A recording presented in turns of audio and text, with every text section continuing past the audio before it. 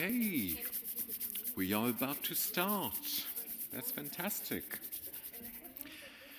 We are about to continue the forum.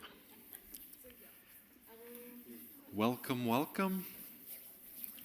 Grab a seat. Make yourself comfortable for this new panel discussion that is about to start.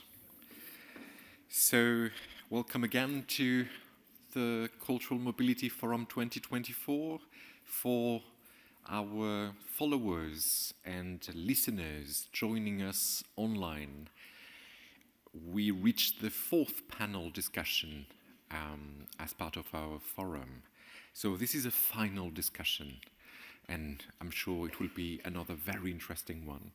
My name is Johan Flock. I'm the Director of Operations at On The Move, the international network dedicated to artistic and cultural mobility. You are here at the Cultural Mobility Forum, generously supported by the European Commission, Wellsource International, and our colleagues from the British Council. So today, already we had a first panel full of energy, full of ideas, of exposing us to a diversity of viewpoints. And I love the political dimension of these conversations. It is interesting that when talking about learning, we are always talking also about unlearning. And I value the fact that we welcome very different viewpoints and tackle issues that are very close to our heart. So we are passionate about them. And I like the passion. I like to hear that. For this next panel, we are, continuing to follow this dramaturgy and going more and more towards skills, competences, knowledge, expertise. Not only where it is and where we can find it, or them, but more and more what we feel will be useful in the future. So this fourth panel is entitled Future International Collaborations, Future Skills and Future Standards. That's, an ambitious title. But for this panel and to lead the conversation, we've invited very dear colleagues from Italy, Giuliana, Ciancio, and Carlotta Garlanda. These two experts, cultural managers, researchers, have founded Living in Italy, an agency that supports the development of stakeholders, producers, cultural managers, and artists developing their international trajectory, mostly from the performing arts field. Both of them have accumulated an enormous amount of knowledge and lived experience managing projects, managing training, but also researching and writing about arts and culture, and this very particular international dimension that we investigate collectively today. So, very happy to welcome you and to leave you the floor. Thank you, Jon. Is it working? Okay, perfect. Yes. So thank you very much, Jon. This is Giuliana, and I'm a white woman. I'm in my early 50s with brown hairs, green eyes, and I'm wearing a jeans and a black sweater. And so thank you, Johan, for this very challenging topic that we are here tackling together with these amazing speakers and together my beloved colleague Carlotta. So actually, to start with, we thought to frame this topic firstly in trying to give some very brief definitions about what does it mean when we try to think about the future. So, and we thought to look at, some examples of the literature around social movements. And what they say, some of them was saying is that when we think about the future, the attempt to look at the future is an imaginative effort. So let's say that imagination was one of the key words that we have heard a lot and is really used a lot over these days. And to some extent, imagination also implies to interrupt specific narratives and then in a way create new context or norms that are also nourished by our beliefs and our values. So let's say that while we project ourselves toward the future, it's there that we start changing our present. And it's there that, in a way, our future begins. So this was a first topic that we were thinking. But so the question is, what is our present? And in a way, as it was arising in these discussions today, but as we all know very well, we are in a context of systemic crisis that is environmental, cultural, political, social, where we are really exposed on different intensities of inequities and power asymmetries that were already highlighted very well even before. But on top of that, what we thought that could be also interesting to share before launching the questions to our speakers is the fact that our present seems to be characterized by a sort of global burnout. And again, burnout was another keyword that was emerging in our discussion. But for us, what it's interesting is to highlight that the fact of a global burnout stands for maybe consciously or sometimes unconsciously to attribute feelings that are coming from this systemic crisis as individual crises. And this is appearing more and more really dangerous where we think about the future and our imaginative efforts. And so the result is that fear or rage or depression are taking a center stage and in a way enriching the function of this, let's say, homogeneous social bubbles that are not communicating each other, but on the contrary, they are really based on forms of individual pain and playing their game in the frame of a form of illiberal neoliberalism that is really playing its game on there. So limiting our imagination and our efforts to create this new trajectory. So starting from here, my dear Carlotta. So what is the role of cultural cooperation? So which are the insights that we would like to share about that? So thank you, Giuliana. Hello, everyone. So I'm Carlotta. I'm a white woman in her 40s. I have short and blonde hair, and I wear glasses, and I'm black dressed. I wear black black clothes.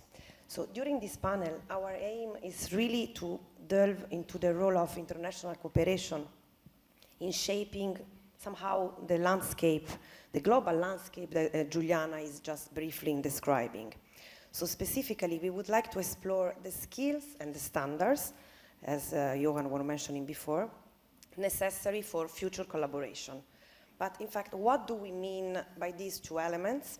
So drawing inspiration from the discussion over the past 2 days and also from our own experiences as cultural workers, we would like to just put some inputs to spark and enrich our conversation.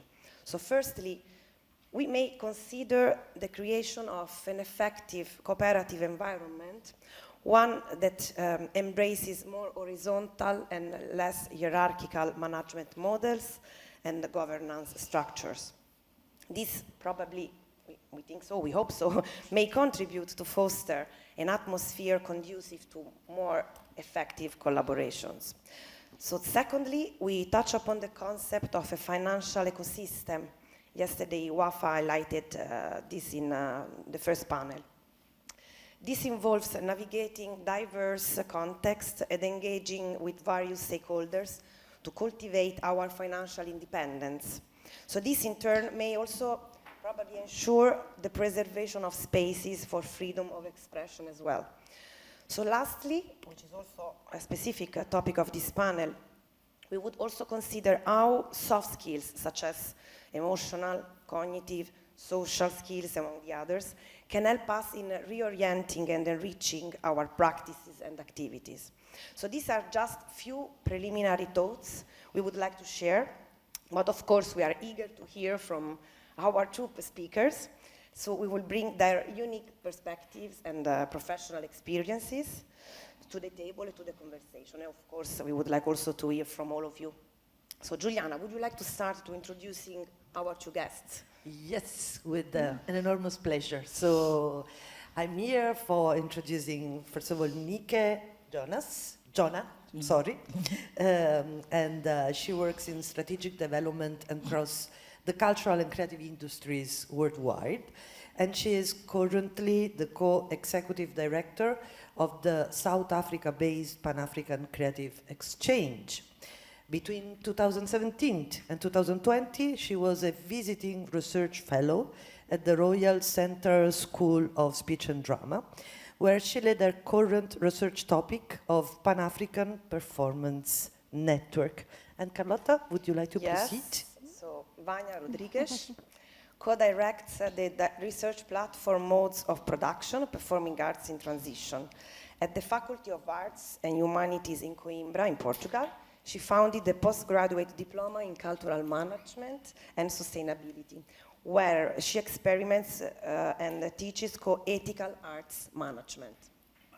So now we can start with the first question, which is more about limitations in imagining our future and the future of collaboration. So the question in particular is, which are the standards that are limiting our imagination of the future? How are they impacting on professional development as well?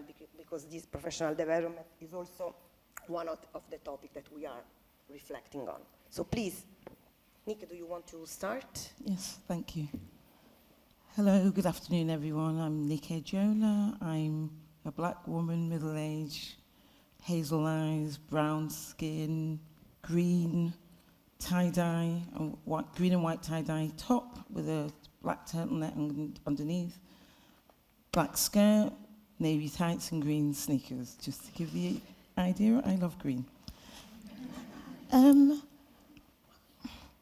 What I think of this question, the thing that comes to mind is I'm always interested in what's not visible and how do we bring it out.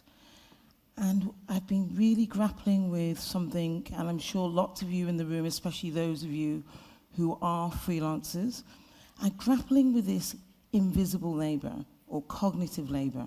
It's often referred to, and often it's the research, the current research is always about the housewives doing all this work and not being valued.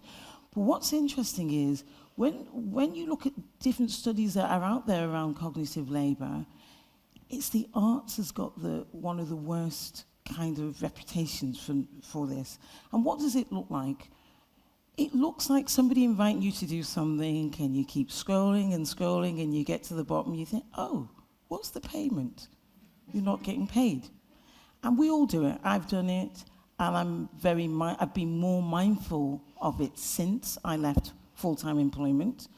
But I'm mindful that people feel uncomfortable to ask what's the fee or to negotiate a fee. It's almost become synonymous with we don't talk about money in the arts. I hear that a lot. Or artists don't like talking about money, and I think we need to move away from that. I think there's something about that cognitive labor that allows people who are in privileged spaces to be able to continue and to be able to take advantage of the opportunities that are out there, and people who aren't as privileged spaces to be able to say, well, actually, I can't do it all. And I think an example for me was when I left the Arts Council, there was a figure that has always stuck with me, because I did a lot of work around equality and diversity and how to ensure that those that are marginalized or minoritized get opportunities to participate or to be funded as artists or in the art sector in whatever way they wanted to be. And that 80% of your opportunities in the arts and cultural industries comes from your networks. It didn't mean much when I was at the Arts Council. When I left and I started applying for opportunities and jobs, I realized I left the Arts Council in 2012, so 14 years, right? I've only had one job. I've had one job where somebody was looking through a magazine, I was on a selection panel, and they said, oh, I wonder if she's Nigerian, and I wonder if she'll come and speak to the black students at the Royal College of Arts. That's it, £150. I've had lots of opportunities, and I started to think about how do we get our opportunities, and what does that mean when all your opportunities are coming through your networks? And then the networks are reaching out to you and not always offering a fee or some kind of remuneration. I think we can do better. We talk and we fight for others. We don't always fight for ourselves. And if anyone's had to ever engage with a lawyer, you expect to pay. You expect to go in, meet with them. They might say, we'll charge you £100 consultation. We don't do that in the arts. Now, before lockdown, I was talking to the prison service, and they wanted to look at their diversity practices, but using theatrical techniques. Every meeting we had with the lady, she paid us. She said it's £98.56 an hour. And my colleague and I were trying our hardest not to laugh, because we thought, what, you're paying us just to chat to you? Even our own mindset is encouraging that. But she said, no, I believe you're sharing wisdom, you're helping me formulate the brief, and for that, I think you should be paid. And I said, we so don't do that in the arts, and we're not complaining, we're just saying that actually we need to think about these things more deeply and more meaningfully, because it doesn't progress us. It doesn't allow us to develop ourselves if you're constantly worrying about money. And I think when I really started to push back is 1 month, I'd worked out that I'd spent £200 of my own money and I was broke. And I kept being asked to do all these things. And I said to somebody, if you want diversity in the room, because you're asking me to be on the panel, because I represent diversity to you, you have to think about what is the offer. And you can't just, most of the people on the panel are working in institutions where the institutions expect them to go out and be doing these panels, selection panels, that sort of thing. But I'm a freelancer. How are you going to ensure that I'm okay? And I said, and I want you to think about this, not just for me, but for anybody else who's on the panel, and going forward in the future. You're a big organization, you should be able to do it. And she came back and she said, yeah, we're going to pay. And she paid a very decent rate. And then all the freelancers on the committee got paid. And I started to stick up for myself and ask. Because sometimes you think if you ask, that they'll say no and they can't afford it. But there's always a space for negotiation, isn't there? Even if you want to get paid, £350 for a panel, if they've only got 50 quid, they'll say, look, this is what we've got, but this is what we can do. And then you start a negotiation that way. And I'm kind of picking up on some of what Wafa was saying. I think there isn't just, for me, it's not always about money. Sometimes it's about opening up doors. Sometimes it's about advocacy.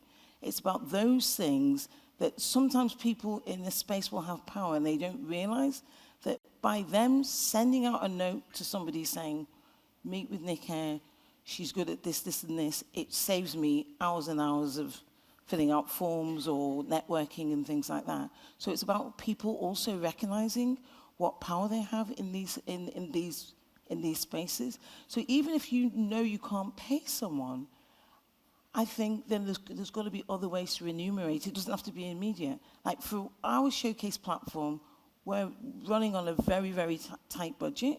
What we'll do is if we get offered to something, like Moran talked earlier this morning that he was at Massa. We were invited to Massa, but we were both of us were going to be elsewhere.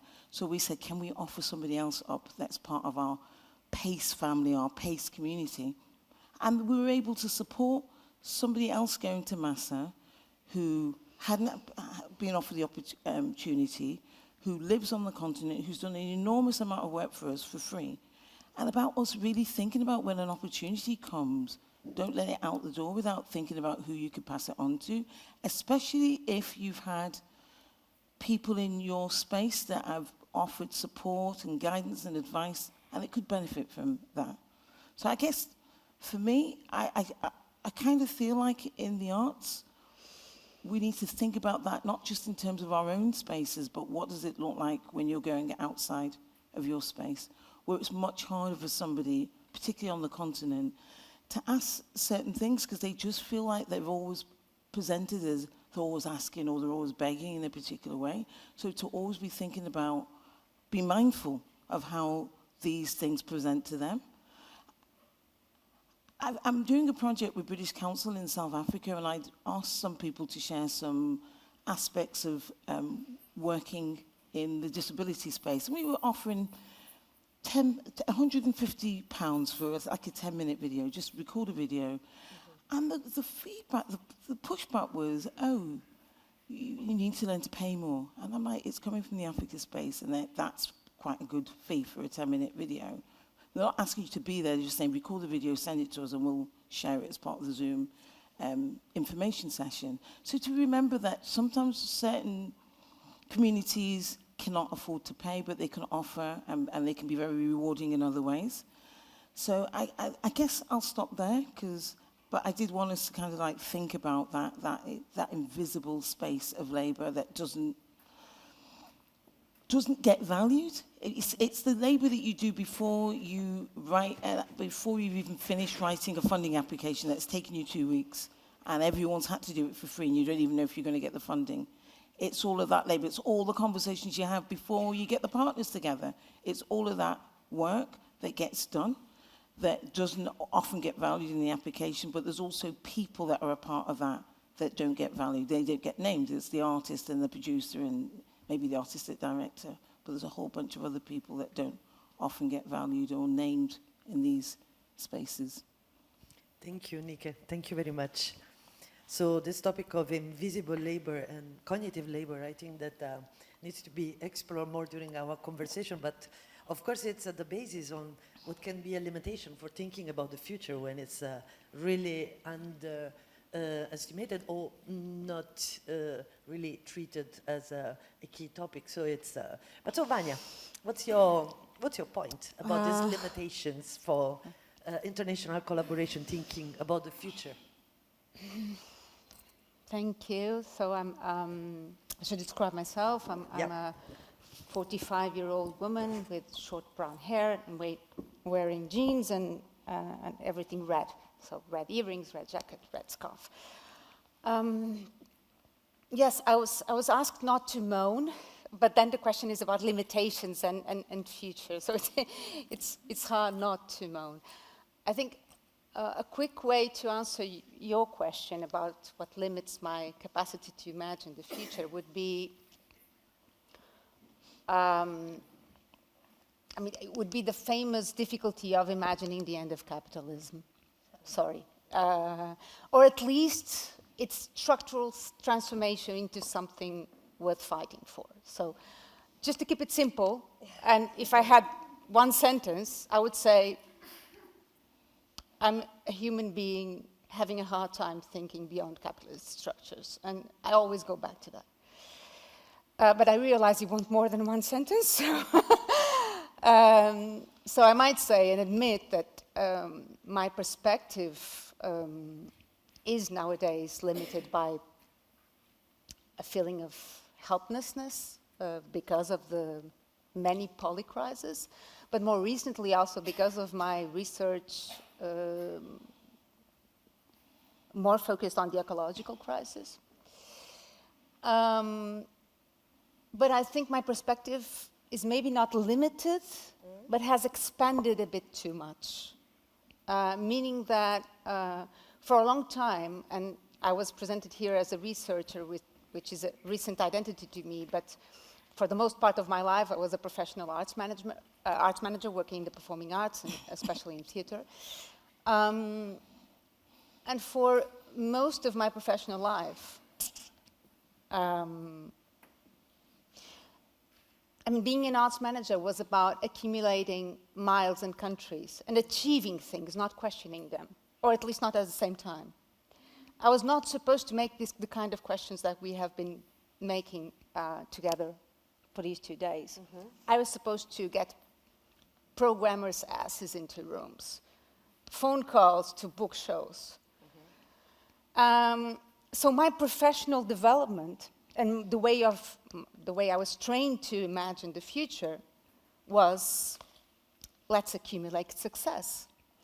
And for a Portuguese person, success meant becoming European, because we were taught that we were not truly European. Okay, we're an ex-colonizer, very small country.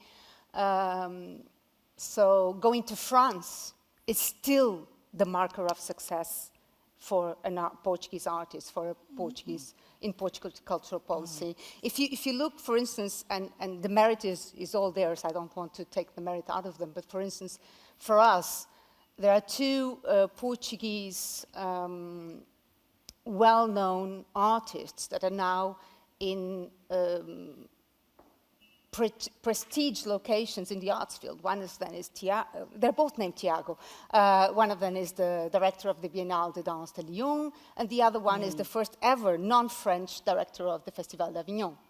They have their own merit, but again, it's France. So what it means for a Portuguese professional to be successful is go to France, and you've made it.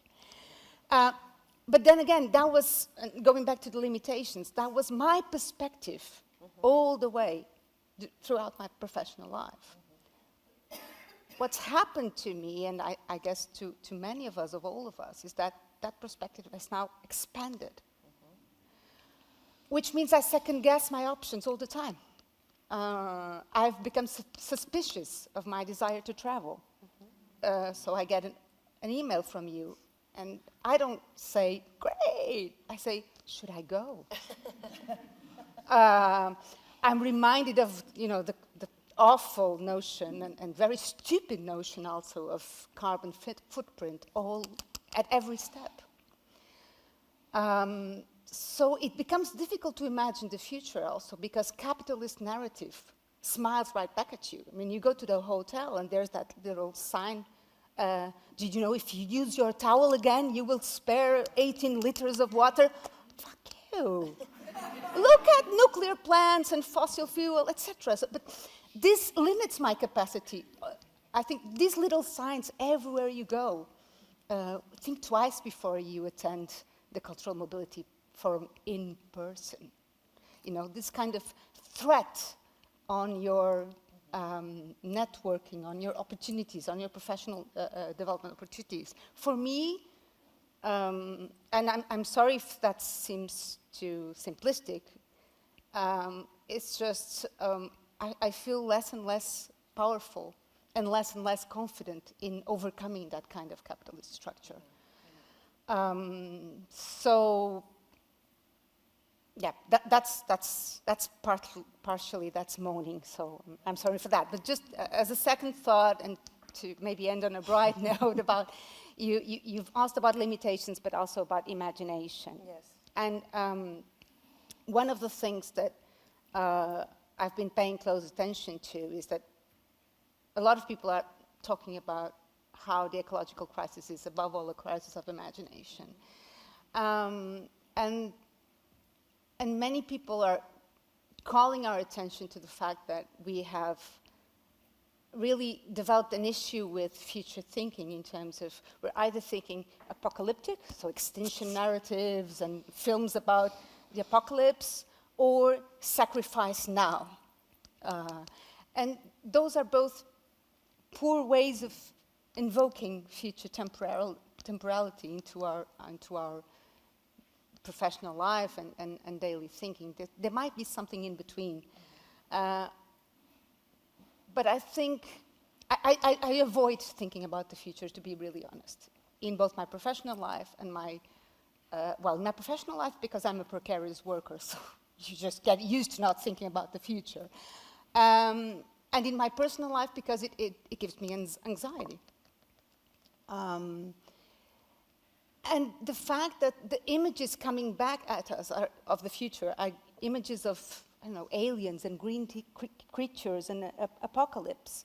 I mean, maybe we have a responsibility in imagining things that are not so far away from our present reality. So there's really a job for imagination. And again, just coming back to all this green transition buzz, I think one of the things that bothers me in all that buzz that is seemingly about the future, but it's not about the future at all, is that how focused it is on pragmatic, immediate actions. So they wave at you, this narrative, I mean, waves at you with the future, with the idea of saving the planet and saving the future, but actually all the actions proposed are immediate actions, are very practical actions. And the role of, that's not the kind of thinking we might be led to if we allow ourselves to imagine a different future. Maybe that's something that we need to pay attention to. As a last thought in terms of future, I'm trying to pick on the words you've chosen. So limitation, imagination, future, just to get the job done decently in this fragmented English. In terms of future, I have absolutely no answers or wisdom to share, but a good question, I think, that has been going around my head and that I'll be very happy to chat with everybody else if you have answers to this question is, how much should future influence cultural policy making? Meaning, if you are a cultural policy maker yourself or are in a position to influence cultural policy or advocate for changes in cultural policy, how much of your thinking is informed by the needs of present generations, meaning those that are born already, and how much of it is informed by the needs of the future generations who cannot speak because they haven't been born yet. And that, for me, kind of expands the temporality of cultural policies into a whole different horizon. So it's not about serving the needs of the living of ourselves, of the live of our counterparts, of existing artists, arts managers. It's thinking, what about in 50 years or in 60 years? But I'm not sure that's the job or the role of a cultural policy maker. I'm playing with the question in my head. Would it be different? Would it lead us to different decisions to think about those not yet born, bearing our responsibility towards them and not just the living? But that might be a very strange question to ask when so much of the living situation remains unanswered, as you were just saying. So again, I'm not sure I have the answer, but I think it's a good question to make us think about the future. Thank you very much. But so, in a way, both of you are really addressing this fact that to imagine the future in a medium or long term, it's quite difficult. So you were speaking, for example, of the need of spaces of negotiations, while on the other hand, you were speaking about to expanding this idea of cultural policies in terms of new generations that are entering in, and again, also all the environmental crisis that is, of course, a political crisis first of all, and then also related to economy. But so how do you react? Because I saw that you were reacting while Vânia was speaking. So how do you see this discourse? Also connecting your thoughts with what you were saying about invisible labor and an expansion of policies. I'm quite a hopeful person. I kind of like to think of the future. And so it's quite interesting to hear how Vânia talk about the anxiety that you're feeling. And I guess I feel it, but I think being a black person that grew up in a quite a racist part of Liverpool, not too far from here. I think I've always been in this space where just to get through the days or to manage my own mental health, I've always thought of ways of reimagining the future. I think it's that Afrofuturism that is a very, very popular subject. But I think recently I came across something called Afropresentism, which is about what is happening now, because we're always in this space of imagining a better future, and if you just hold on, you defer your gratification, and you'll have a nicer life later on. And actually, the presentism is actually about, what about now? So actually, as I was listening to you, I thought, different positionality. I think I've been on several journeys about my position in the world, whether I belong, whether I should be in the room, where I shouldn't, and I've had to negotiate that imposter syndrome. I held that for so many years at the Arts Council, just thinking I was going to be found out and be fired. And I joined the board of the European Cultural Foundation in 2012, and I'm chatty. People who know me know I'm quite chatty. I didn't say a word for a whole year. And then they came up to me and they said, we want you to be you. We don't want someone who's like us. We want you on the board because you're different and we want the truth about what we could do differently. And I said, are you sure? You really sure? You kind of want all of this? And they said, yes. And what was quite interesting is every time I'd make a point at the meeting, and sometimes I'd be the only one with a particular opinion, Princess Laurentine, the sister-in-law of the current king of the Netherlands, she was the president. She'd always come over to me and say, thank you for your opinions, and it was really good to have your perspective. And I noticed they would always kind of validate what I said. And then I also noticed that when most of the board would agree, they'd always look at me. I felt like I was a bit like the Simon Cowell of the board and say, well, what do you really think? Because they knew. And because I think I got to a place where I thought, my grandfather moved from the northern part of Nigeria at the turn of last century because they were poor and changed the name because they were Muslims and they wouldn't get work in Yoruba land. So that's Jonah is not our real name. We have a Muslim last name. And I thought he could never ever imagine that his granddaughter would be sitting at this table. And then I felt this enormous weight. But then I thought, well, I should do something. If I'm here, I should just try to speak for people who aren't here and give my opinion. And sometimes I'm terrified, but I just try anyway. And sometimes I'm a bit clumsy, but I'll try anyway. And then bit by bit, I muddle through. And a lot of people in the space are incredibly generous. And they'll say, just do you.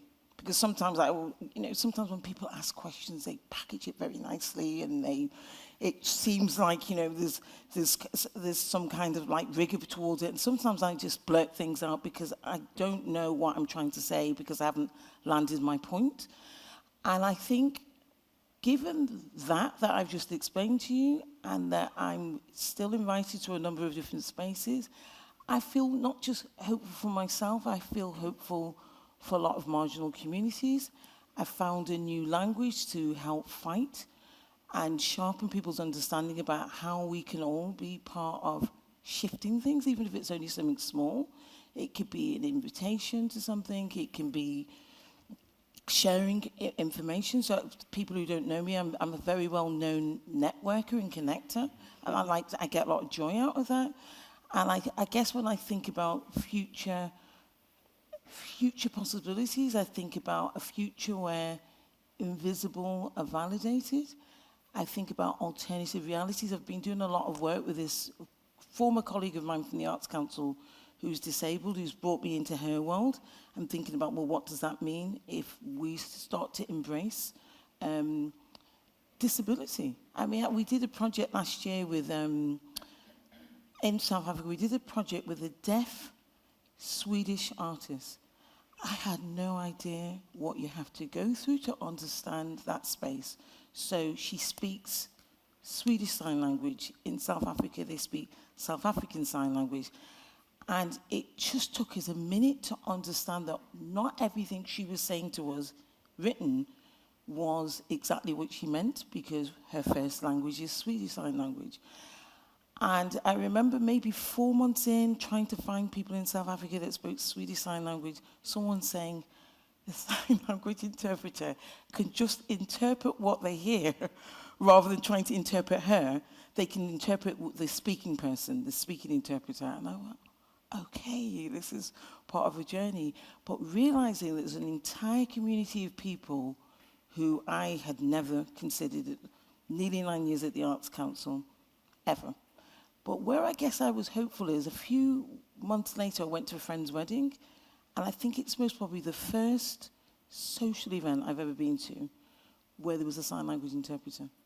I'd never been to a wedding or any christening or anything like that. And it's got me thinking. And I think things like that, where moments where I think, how can I do things differently? And everyone's going to be on those journeys. There's continuum, it doesn't stop. I think I'm now hopeful for my new ways of thinking, new ways of thinking through what an application would look like, how much more time you might need in an application process, because we have quite a lot of application processes, how you invite people in, how do you include them in a process where they feel that they don't belong, and what that might look like, what change needs to look like on our part. So I'm hopeful for alternative realities. I'm hopeful when I see things like the Me Too movement, because I think people are getting more of an understanding about what the challenges are. Some people have had these things happen to them, but they had no articulation until it came out. I'm hopeful with the Black Lives Matter movement, because so many people in my space would come and tell me the books they've read and what they wanted to expand their understanding and understand how they can use their privilege in more interesting and more impactful ways. So I guess I'm hopeful in those spaces. I'm hopeful around language. I think in the arts we can do better. Sometimes the language in the arts, I don't know what they're talking about. And people look at me and my family, I'm like, I don't know what that means. And I think we need to do better, because if we want people to really value the space of the arts and culture, people have to understand what we're talking about. And they don't need to feel like, like when you see a film of somebody being at an art gallery, they always have this way of behaving, like they start speaking in a particular way because they feel they have to be that way. They don't feel like they can bring their authentic selves into the spaces, and we need to do better to encourage that. And I'm not saying everyone in the room, but I know that in the arts, there is this perception from the outside that you have to speak about things that you don't really know what you're talking about, and it doesn't really always make sense. But we have to do better at explaining and wanting people to be closer to us and engaging with us in a multitude of ways, meeting people where they're at. I remember somebody saying that he works in a multitude of ways, and if people need him to go to their house at 8 o'clock at night, he will go to the house at 8 o'clock at night. He doesn't expect them to come to him. And I thought, really generous, but he does amazing work. So, yeah, I think for me, I'm hopeful. I'm hopeful when I look around the room. I'm hopeful when I've seen the panels and what I've heard people say. I'm hopeful when I hear the conversations. Because I don't know, I don't think I could, I don't think it would be good for me not to have hope and see that, because also I like to think I'm imparting hope to others, and we all help each other, because it can be scary. But I think the life that I grew up, especially early years in England, I was scared to go to school every day. I was scared to go home every day. I just didn't know what was going to be happening next. And then I think about where I'm at now and how I'm comfortable to be in these kind of spaces. That's where my hope comes from, is that I can see that things can change. Because if you'd said to me in 2009 that I would get up and speak in an audience, on a panel to an audience, I would have said you were crazy. So I would like to stay here. I would like to stay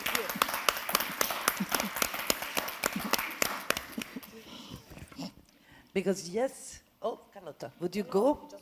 I don't know if it works. Yeah, I just want to thank you a lot, and just a couple of words that resonates me somehow, because you were talking about alternative realities. I remember that you were already mentioning that when we met the first time, and somehow it also connected to what you say with this perception, expanded perception, no, somehow. And also, maybe it's also, I don't know, this idea of imagining, having hope and imagining possible other paths and other realities, and also answering to, as you said, no, imagining policy making for those who are not here right now. So, I mean, somehow it's the direction that I see as the possible, to give us possible answers to our panel when we say which can be concretely skills or concrete standards for the future. No? So this approach, it's a positive, somehow a positive approach and a very open approach. And I see a lot of similarities in this sense. So just to thank you a lot for this, because it's, I mean, somehow I think this is the direction that we wanted to stimulate, no, Giuliana, what do you think? Yeah, absolutely. And really, thank you very much also, because hope it's a transformative feeling, no, at the end. And it's a political feeling in the sense that it's also, it's based on the fact that you create community when you share hope, and so you put a positive perspective. So, in fact, when we were discussing together, at the beginning we said, okay, so let's see the bad side of the coin, so and the other hand, let's see what does it mean the future. So how we can imagine future international collaborations, and so bringing together, all these kind of feelings, which are in a way the elements that we really need to consider nowadays, according to the context in which we are performing, according to your specific perspectives, and so which are also some concrete tools, or also not necessarily concrete examples that you want to share when we are speaking about imagining the future in a sense, for, again, international collaborations. And so which are the conditions? I don't know, Vânia, would you start? Yeah, I'm fully absorbing the role of the pessimistic bad cop in this conversation. You were not pessimistic. You were not pessimistic. I was That's a bit, what I wanted to say. By comparison, at least. No, but you were not. No, I mean, I do want to, I do believe in small acts of repair and transformation. But I believe them on a professional level, not on a political level. I have to be honest. There's no need for me to stand here and not be honest about it. So I believe in advances in our political atmosphere, in making demands to politicians, to cultural policy. Absolutely, absolutely. And I see hope there. But I don't see hope in discourses that are too confident on their ability to drive transformation. I'll give a concrete example just for you to maybe don't think that I'm a professional pessimist. For instance, I don't know if it's a language problem, but I do have an issue with sentences like arts and culture should champion environmental sustainability or green transition. So that's where I'm not that hopeful to think that such a fragile sector, a sector that's dealing with a number of issues that are outside the scope of this panel, but a lot of which you've touched upon, is the same sector who is going to be champion of stopping climate change or the degradation of the biosphere. I just don't buy it. And I refuse to be a part of that hopeful narrative. So just to make it clear, it's not, absolutely not, that I don't see hope. And I try, coming back to skills, I try to, when I teach arts management, I try to teach ways to hack the system for good. Yeah. And that's hope. Yeah. But it starts from a pessimistic standpoint. Meaning that the systems are hard to change. The struggle is going to be hard. You're going to find obstacles. And I have no problem in making that narrative a starting point to develop skills, because I know there's a lot of other narratives that are based on hope, on transformation, on a confidence on the impact of this sector, another word which I try to avoid resorting to. So I tried, it is not to belittle the small acts of transformation that we try to deliver in our everyday practice, but just to keep if you want to force future art managers in terms of skills and when they're training to zoom out of their bubbles and take the political context in consideration. So not to be too absorbed and too enthusiastic with their own capacity for transformation. And again, and I'm sorry just but that was kind of my promise to bring back to the question of environmental sustainability and how that hopeful narrative is permeating the sector. The way that some cultural institutions and networks are going about so happy and self-satisfied with their new eco label certification, blah, or their newly found obsession with whichever environmental metrics they choose, be the carbon calculator, etc. Those are transformations in the good direction, no questions asked. They're just irrelevant to what's at stake at the moment. And I think we shouldn't confuse the two, how do you say that, planes? Yeah. So there's one thing is, if you're directing, you're a leader of a museum or a theater, by all means, do engage with ecological transition. Do assess where your practices are poor, both at ethical level, payment level, and ecological level. Just don't make the mistake of thinking that that's you having a seat at the big table where those decisions that could really impact what's at stake matter. I try to teach arts managers not to make that mistake. So not to be too much self-satisfied. Hopefully I've clarified where my pessimism comes from. Just to give a concrete example in terms of skills and the way I go about this is to, for instance, try to make them, and you have to think about the arts management curriculum. It's very action-oriented. So again, it's very confident. You have marketing, you have legal status, etc. Writing, funding applications, fundraising, etc. It's all things where you have to be at your best. You go to a fundraising event, etc. And I try to be, the grain in the sand in that narrative and invite them to embrace uncertainty.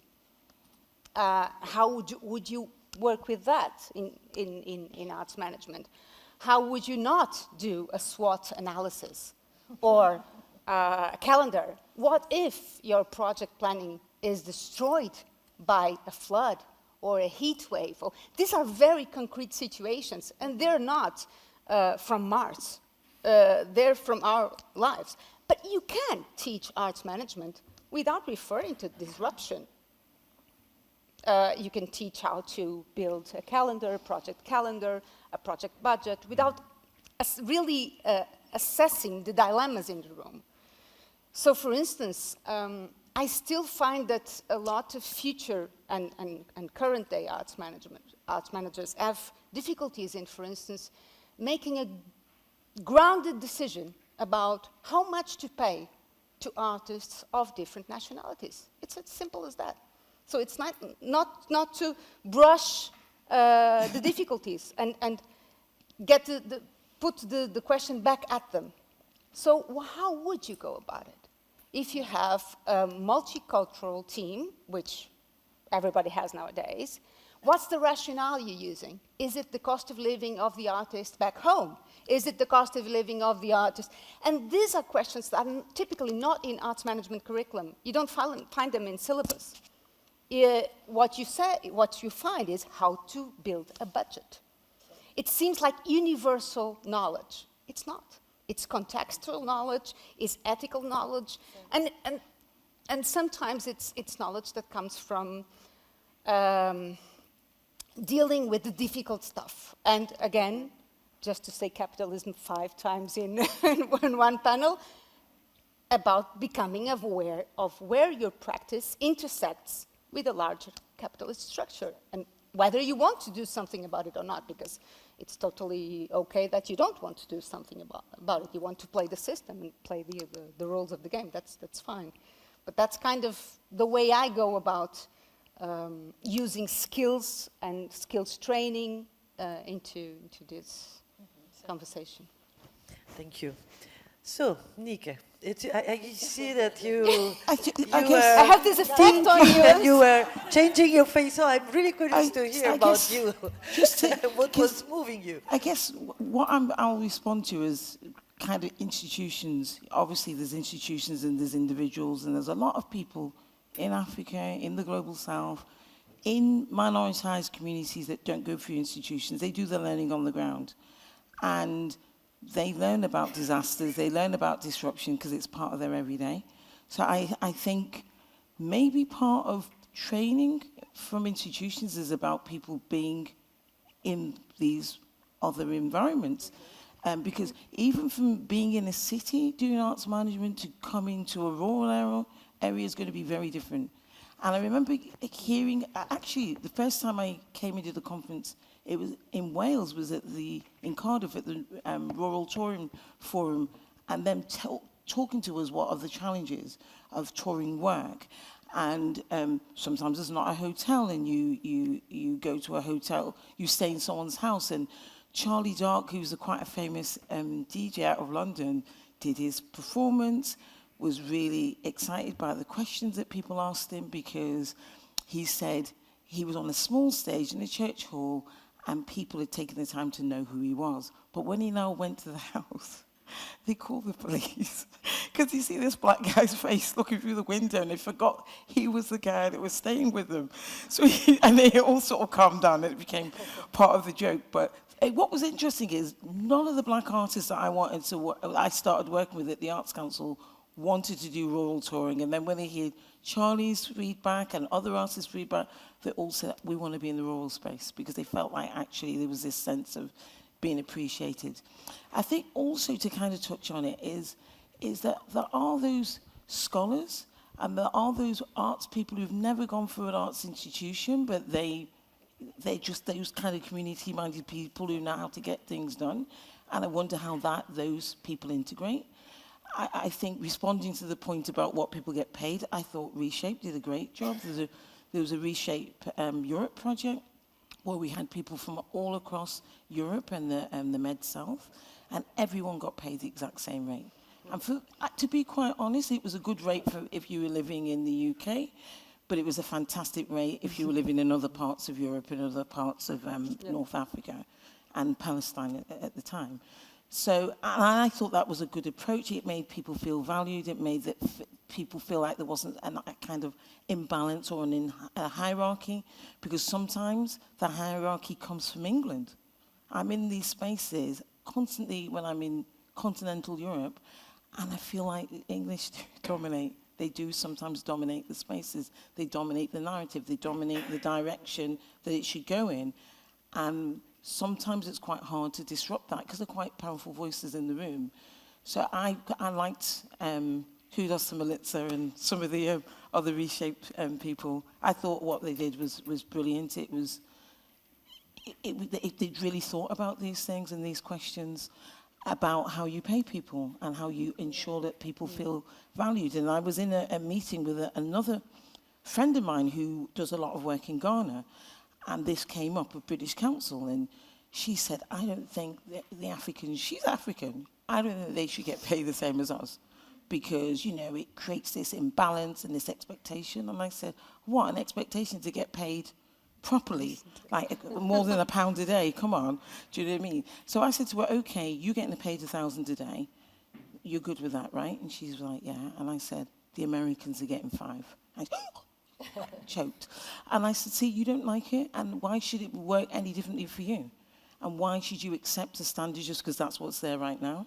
You know, and you feel that it's going to disrupt, it should disrupt, you know, because sometimes we go into these spaces, if you can afford more than the daily rate, you pay that. Somebody in Nigeria told me recently that they were asked to do a project and they saw that there was a particular fee put aside for them on the project, but the person who was managing the project gave them way, way less and expected a lot. And he found out about it, and in the middle he just said, until you pay us what everybody else is getting paid, I stopped right there.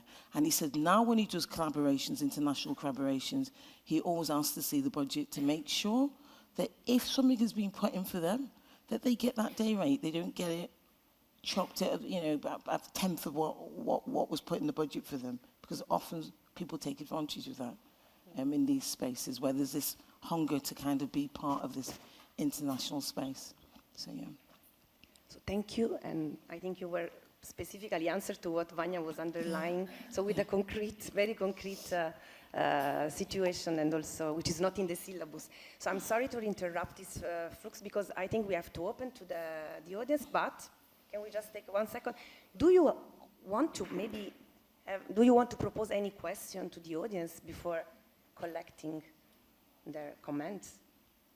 I think Even in this idea of future Yes. collaborations, also because it's an open topic, there were emerging ideas or, you know, things that were really related to values, emotions, but also needs and practical needs. So if you have questions on which you can react and vice versa, so because it's the end. I would chuck it back to them and say, what do you think your limitations have been to future thinking? And what are your dream future, you know, future sort of like thinking ideas? what are your most dirty dreams? It's a safe space, allegedly.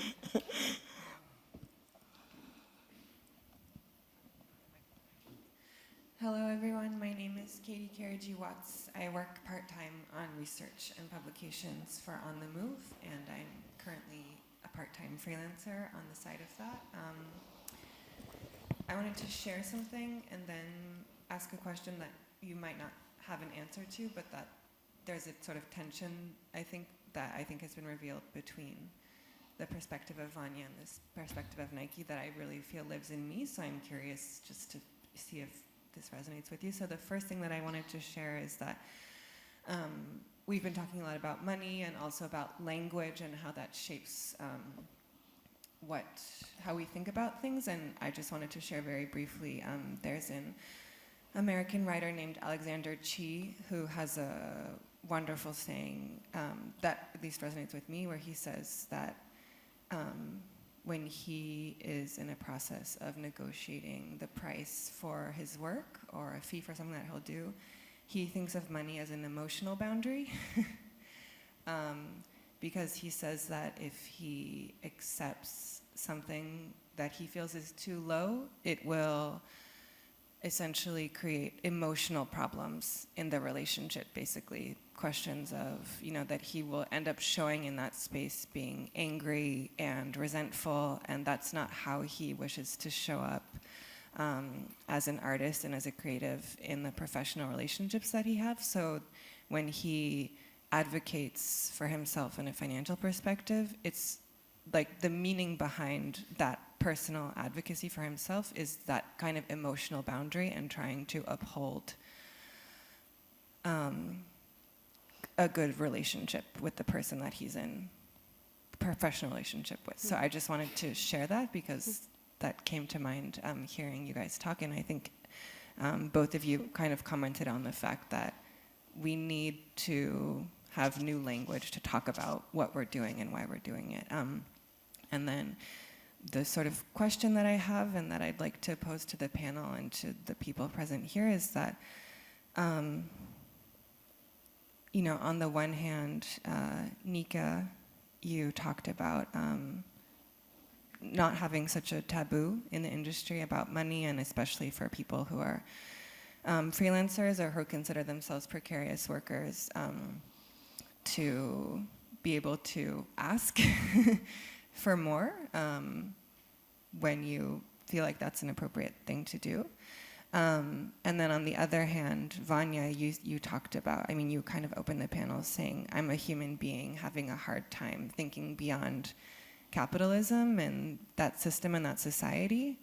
And I feel both of those things very strongly. And I sometimes live with an emotional tension that I don't know if I can completely articulate, but that's somehow between like,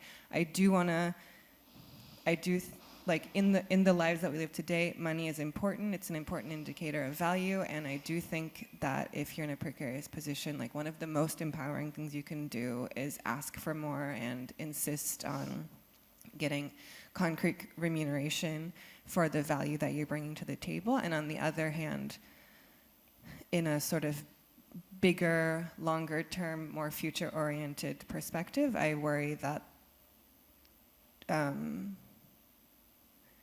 opening myself up to that somehow also limits me into being more anchored in the capitalist system and a capitalist way of thinking. So it's not something that I feel like I've resolved. I just feel like there's a tension there that I'm still living with and trying to work through. So I'm just curious if you have any response to that. I think in terms of the emotional connection to money, I agree with that. But I'm also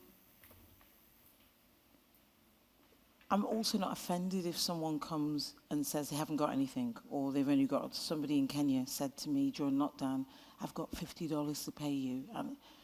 And she was a bit embarrassed, and I said, well, I've done lots of gigs where I haven't got paid. I'm not saying no, but like, you know, and I think that emotional barrier of money can often get in the way. Some people have said to me, I deserve more and therefore I'm not going to do it because I feel like I'm not being valued. I don't see it that way. I kind of look at the context where people are coming from. And if they're a student, or they're coming from a small company, or they're coming from a place where they haven't got much funding, I'll try and work with it. But I'll also work with other resource, intelligence, support, advocacy. I'll work with other resources that Wafa mentioned in her presentation yesterday, because I recognise that they also have a value. And sometimes I also work with delayed gratification, knowing that something might not come from them, but it will come from someone else, because I really believe in that things go around, what you put in comes back out. So I get that. And I guess, what was your other thing? You said about money. What was the second thing? Sorry. I said a lot of things. Yeah. I guess the tension between like financial self-advocacy in a system in which that's not always the easiest thing to do, and maybe worrying about the fact that that further embeds you in a form of capitalist thinking that you ultimately maybe want to escape. But I also wonder if that wanting to escape is part of capitalism's trick to kind of keep us in our spaces and not being able to advance, because I hear it a lot with artists. When I came from America, the Americans are much better at asking for what they need. And I was so surprised that someone said to me, they did this logo and they said, I got 150 quid. And I goes, how many days did you work on that? And they said, about 2 weeks. And I said, I've come from advertising where people are getting $500,000. Okay, it was a FedEx logo. But I'm saying you've done all of this and actually you're not getting what you deserve. So I helped him. I said, these are the sort of things, go back and tell them this, this, and this, so you can get a better fee. So I find in certain parts of the world, America's very capitalistic. You land at the airport, you've got to find $1 to get a trolley, which I find a bit nuts. But I think there is, sometimes I feel that's a trap as well. Like when you start thinking about, oh, if I'm getting too much into this capitalist space, then that kind of like tension, because you're not always getting what you need, and it comes out in other ways. You have to compensate in other ways, which also feeds capitalism. So I feel like it goes like this. It's quite a hard one to navigate. I don't feel the tension. I just feel the tension from people that I know need hard currency, because I'm in a space where a lot of people don't have the luxury to think about those tensions, because the reality is, can they pay the most basic stuff? And that, every time in the African space, they always say, before we get to the arts, we've got to get for the basic living standards. Yeah. I don't have an answer for you. I mean, I feel you. We're trapped. I think the only maybe way I know of experimenting with a possible answer and being very cautious here is universal basic income. We need to test it. At least in Portugal, cultural policy is very traditional, very conventional, doesn't take risks, and only does something, again, as I said, after France has done it. So my only hope is that big countries, richer countries, compared to Portugal, which is a semi-periphery, start testing stuff out. Because in this system, I feel you, I feel the trap, I have no answer. So let's experiment with different ways of organizing, not the arts and culture, but society as a whole. Mariette, you were... Yes. Thank you. And thank you to everybody today. It's like I think all of us want to jump up. And everybody's bubbling with resonance to so many things that were said also this morning. I just want to start with a couple of, let's say, vignettes or just little snapshots. A friend of mine once said to me, "I know who you are. You're a cynical optimist." And I really like this red, stop, and green, go. And I feel that Giuliana and Carlotta should be wearing yellow or something. But a couple of things come to mind. First of all, when I first started moving, let's say, from the arts towards human rights, I remember calling a friend of mine, a colleague, and saying, "It's so depressing, all this stuff is coming out, corruption and scandals and, horrible things in politics and censoring and stuff." And she was saying, "Yeah, isn't it great? It's coming out." And I'm also reminded of something, forgive my memory, but I read a paper by two feminist scholars some time ago who were talking about a certain word which they had retrieved from history, which is respair. And the paper is about the fact that that resistance comes from despair.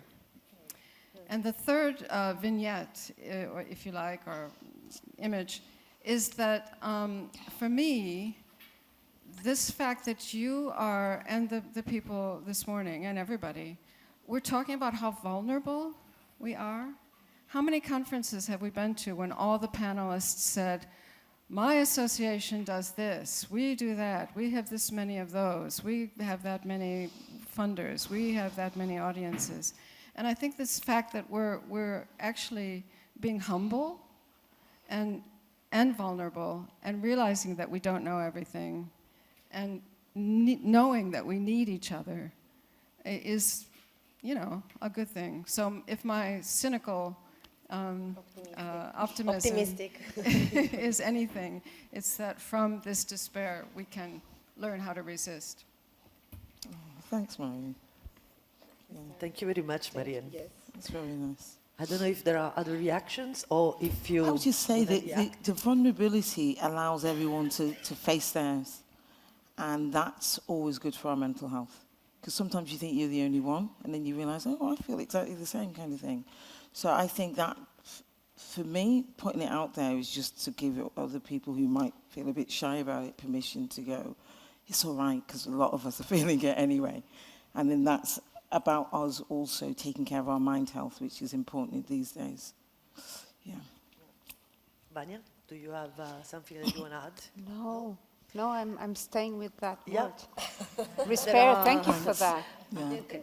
There are the last reactions, and so Johan, it's already giving me a sign.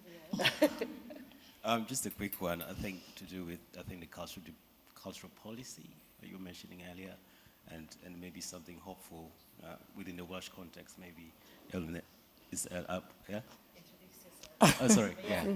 Fadili Magia, Cardiff-based, around a creative agency called Watch Africa, and also an organization called Sub-Sahara Advisory Panel, which is a network of African communities in Wales.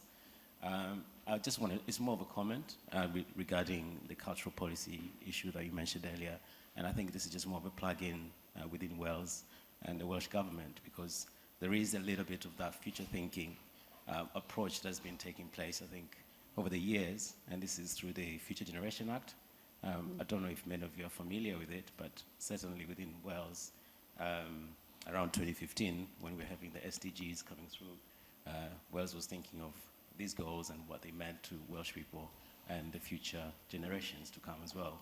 So if anyone is not familiar, I think definitely urge them to look at the Future Generation Act. But I think in terms of the conversation around future possibilities, for me it's about privilege, really. It comes down to what's your reality and where are you today? Because for many people, their future is today or their future is tomorrow. Yeah. So they cannot imagine what's going to be like in a month or two. So there is that privilege aspect which we need to consider as we speak about this. Yeah. Thank you very much. We really thank you very much, because it's also really about how to think about the future and future collaborations, and how much the present, it's really an urgent matter for the elaborating dynamics. So I think that we have to close, and yeah, we want to really thank you very so much much. for Thank sharing you. your deep thoughts and inspiring us. So yeah, I think that we can close, no? Yes, Carlotta? we have to close. We have to close. Because Johan is watching. He's signing. So yes, Okay. thank you so much So, also thank you for very all the much. attention. Cheers. Thank you very much.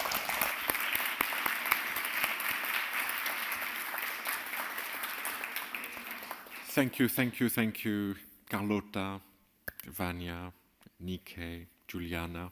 It's always fantastic to have these voices, unfolding even the words we use, and always, trying to unpack all the connotations or the assumptions we make when we use these words.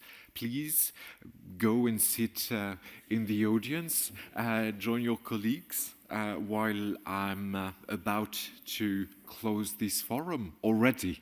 It feels we just started. There is a feeling of frustration that we touch on many topics, and still a lot of conversation could happen. I just want to make sure with my colleagues that from our online participants we didn't get burning questions that we missed. No, everything under control. Thank you so much. So look, this morning we had another journey, and I feel if I can share a couple of takeaways or thoughts.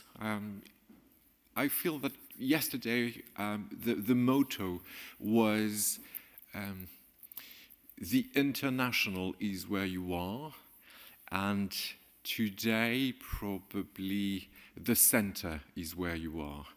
So yesterday conversation was really all about acknowledging that this international dimension that we try to grasp and penetrate is really next to us and constantly surrounding us, not only because of the media or social media or opportunities and colleagues moving around with us or around us, but also because I would say this internationalization or globalization is so embedded in our daily life, our way of thinking, even if the boundaries and the frontiers and the gates are not always open.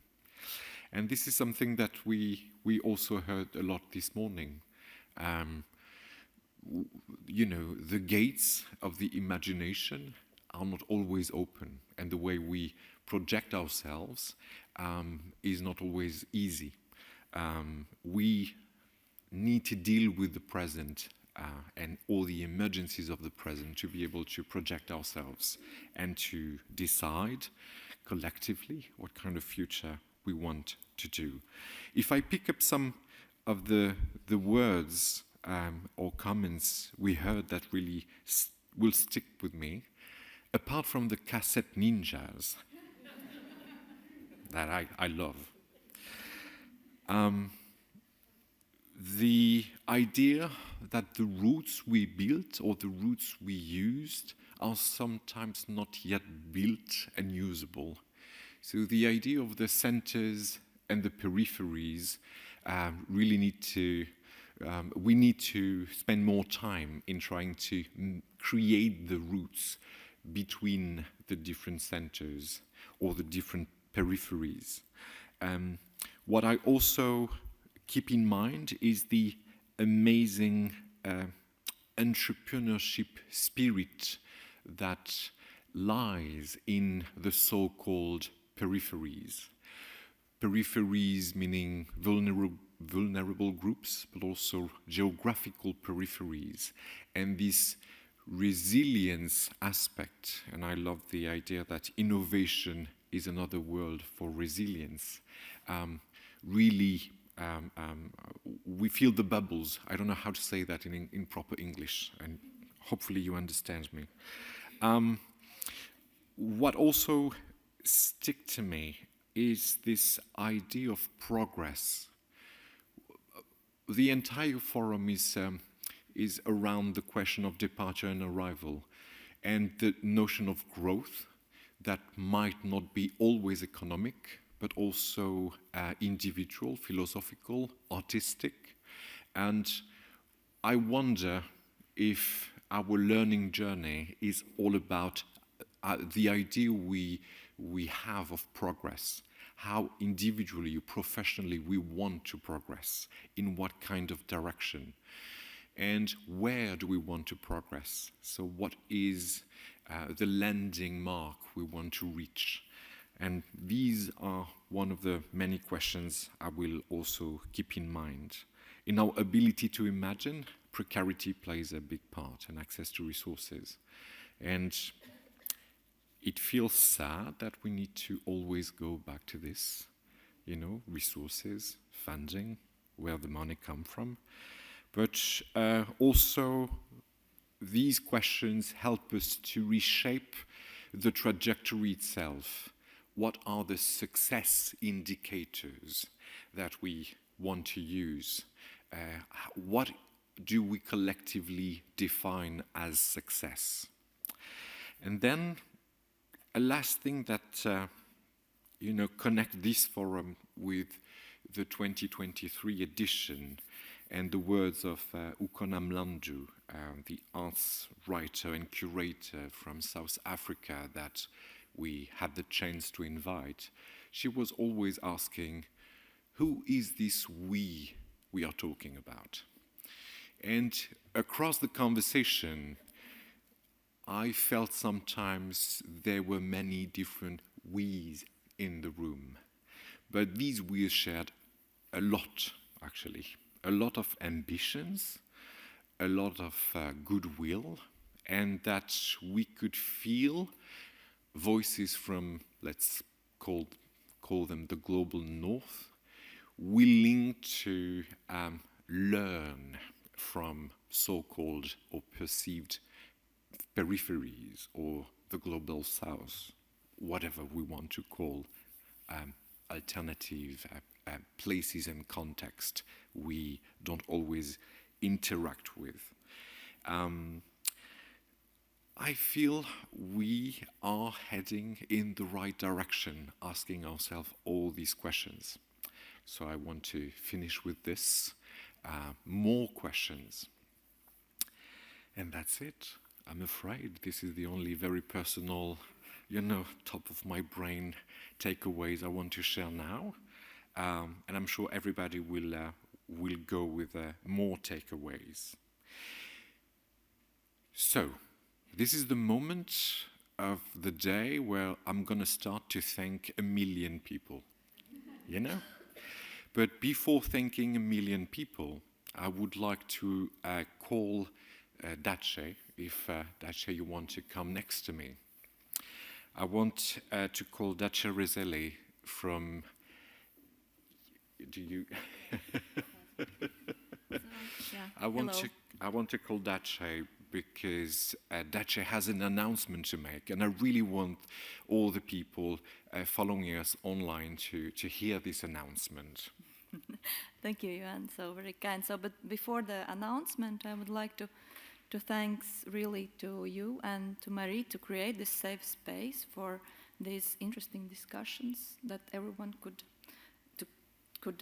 interact with each other, and we are had lots of things to share, and we acquired very many new friends and information. So, and I wish as well to thanks to our hosts. Thank you very much. I felt really spoiled during these days. So, and I think it sets really high expectations. So, and here is the announcement for the next year's forum that will take place in Riga. So these dates are already set in our agenda. So this is from 28th to 30th of April. And the forum will be co-organized together, so on the Move and the Northern Dimension Partnership on Culture. So everyone is warmly welcomed, and yeah, see you in Riga next year, exactly the same time. So thank you. Thank you. So you heard it first here. There will be a 2024 edition of the forum. We will be continuing to investigate cultural mobility issues, and it will be wonderful Riga, again with wonderful partners. So now, the moment we're all waiting is the thank you time, but this is a very special thank you time. So first, I will thank On the Move team members, Marie Le Sourd, who is here and will join me. We have Bernardo Queiroz over there, Katie Carigi-Watts just here. So I want to thank them very much. And I want them to come next to me, because now I'm going to call everybody from Wells House International to come, as they deserve a massive applause for their help and support in organizing this event. So please, Zeli, Nikki, Vicky, Eleanor.